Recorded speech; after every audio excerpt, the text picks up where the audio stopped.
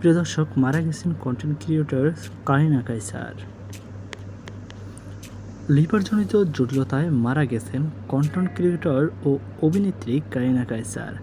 শনিবার 16 মে সামাজিক যোগাযোগ মাধ্যম ফেসবুকে এক পোস্টে তার মৃত্যুর বিষয়টি নিশ্চিত করেন তার বাবা ও জাতীয় ফুটবল দলের সাবেক খেলোয়াড় কায়সার হামিদ। পোস্টে তিনি লেখেন, ইন্না লিল্লাহি ওয়া ইন্না ইলাইহি রাজিউন। অত্যন্ত দুঃখের সঙ্গে জানাচ্ছি, আমার প্রিয় মেয়ে কারিনা কায়সার একটু আগে চেন্নাইয়ে চিকিৎসাধীন অবস্থায় আমাদের ছেড়ে চলে গেছে।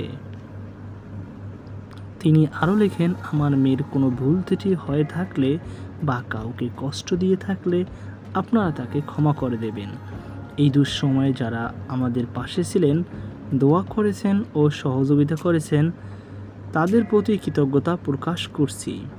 দোয়া করবেন, আল্লাহ যেন তাকে বেহেশত নসিব করেন।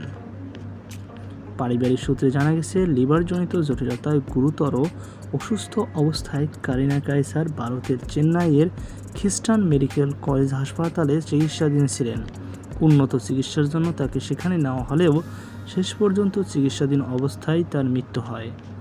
উল্লেখ্য, মূলত কন্টেন্ট ক্রিয়েটর হিসেবে পরিচিত পেলেও পরবর্তীতে অভিনয়েও নাম লেখান কারিনা কায়সার। পাশাপাশি চিত্রনাট্যকার হিসেবেও কাজ করেছেন তিনি। তার উল্লেখযোগ্য কাজের মধ্যে রয়েছে ওয়েব সিরিজ ইন্টার্নশিপ ও 36-24-36। তো প্রিয় দর্শক, এই ছিল আমার হাতে সর্বশেষ আপডেট। সকল ভালো থাকুন, সুস্থ থাকুন। আজকে পর্যন্তই, আল্লাহ হাফেজ।